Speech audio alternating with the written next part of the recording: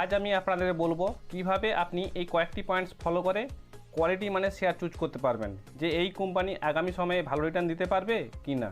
কারণ আপনার সঠিক শেয়ার সিলেক্ট করার উপরে আপনার রিটার্ন নির্ভর করছে। চলুন তবে দেখে নেই কোনো কোম্পানির শেয়ার কেনার আগে আমাদের কোন কোন পয়েন্টসগুলো কোম্পানির সম্বন্ধে জানা প্রয়োজন।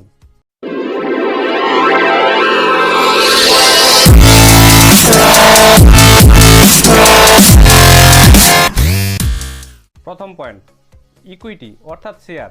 যদি আপনি শেয়ার কিনেন তারপর আপনি কতটা রিটার্ন পাবেন।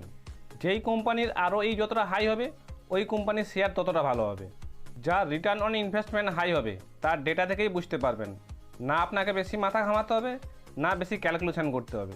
একদম সহজভাবে বলি তো, আমাদের কোম্পানির ROE দেখতে হবে। যেই শেয়ারের ROE অর্থাৎ রিটার্ন অন ইকুইটি হাই হবে সেই কোম্পানি ততটা ভালো হবে। এখন কথা হলো, আপনি কোম্পানির ROE জানবেন কিভাবে। কোনো কোম্পানির ROE জানার সবথেকে সহজ পদ্ধতি হলো কোম্পানির যে নেট ইনকাম তাকে শেয়ার হোল্ডার্সদের ইকুইটি দিয়ে ভাগ করলেই ওই কোম্পানির ROE পাওয়া যাবে। দ্বিতীয় পয়েন্টস হলো ডেট টু ইকুইটি রেশিও। কোম্পানির ডেট টু ইকুইটি রেশিও কম হওয়া দরকার। ডেপ্ট অর্থাৎ ঋণ যেন কোম্পানির ন্যায়ের সমান হয়, বা ডেপ্ট জিরো হলে আরও ভালো হয়। এমন অনেক কোম্পানি পেয়ে যাবেন যাদের ডেপ্ট জিরো, কোনো ঋণই নেই ওই কোম্পানির উপর। যদি কোম্পানির ঋণ না থাকে আর ফান্ডামেন্টালি ওই কোম্পানির যদি প্রফিট ভালো হয় তাহলে ওই কোম্পানি ভালো। 3 নম্বর পয়েন্ট, যে কোম্পানির প্রোডাক্ট তৈরি করে দেখতে হবে ওই প্রোডাক্টের কস্ট কত আর ওই প্রোডাক্ট কত টাকায় সেল করে। ধরুন প্রোডাক্টের কস্ট 100 টাকা আর প্রোডাক্টের সেল 500 টাকায়, তাহলে কোম্পানির প্রফিট কত না 400 টাকা। আর এটাই সবথেকে বেশি ইম্পর্ট্যান্ট যে কোম্পানির প্রফিট কতটা হচ্ছে।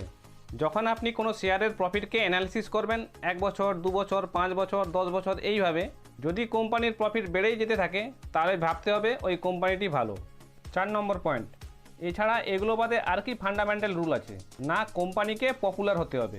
আপনি যদি আপনাদের গ্রামে বা পুরো শহরে প্রতিটি বাড়িতে বাড়িতে জিজ্ঞাসা করেন যে আপনাদের বাড়িতে কোন ধরনের মাজন ইউজ করেন এবং 5 বছর 10 বছর বা 15 বছর আগে কোন ধরনের মাজন ব্যবহার করতেন, ম্যাক্সিমাম উত্তরটাই আসবে কোলগেট। তাই রিসার্চ করুন।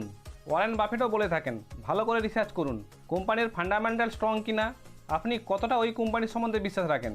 আপনার বাড়ির আশেপাশে বা আপনার বাড়িতেই দেখুন কোন কোম্পানির জিনিস ব্যবহার করা হয় যেগুলি শেয়ার মার্কেটে ইনভেস্টেড আছে।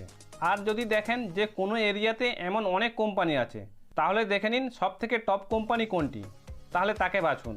শেষ পয়েন্টে দেখুন কোম্পানির সাথে কোনো পুলিশ কেস বা কোর্ট কেস আছে কিনা।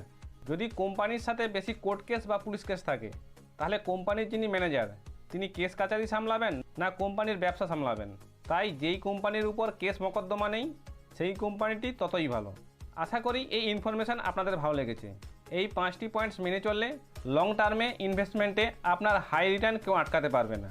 ভিডিওটি ভালো লেগে থাকলে একটা লাইক দিন, আর এই ধরনের কোয়ালিটি ইনফরমেশান পেতে চ্যানেলটিকে সাবস্ক্রাইব করে রাখুন।